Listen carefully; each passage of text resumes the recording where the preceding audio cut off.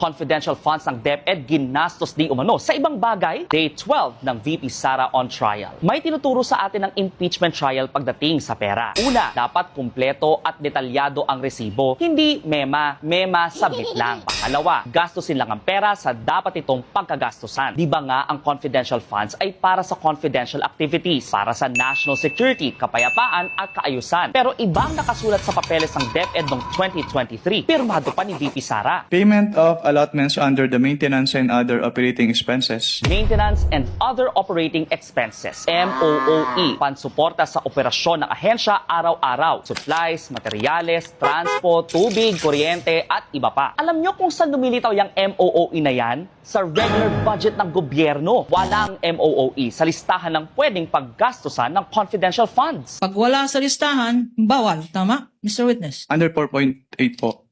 Under Yes, 4.8 of the circular. May pondo para sa maintenance, may pondo para sa confidential activities. Kung saan nilaan, doon dapat gastusin. Hindi yung binigyan ka ng perang pambili ng suka pero candy yung binili mo, dilagot ko sa nanay mo. Kayo, payag ba kayong ginagastos ang pera ng taong bayan sa hindi nito pinaglaanan?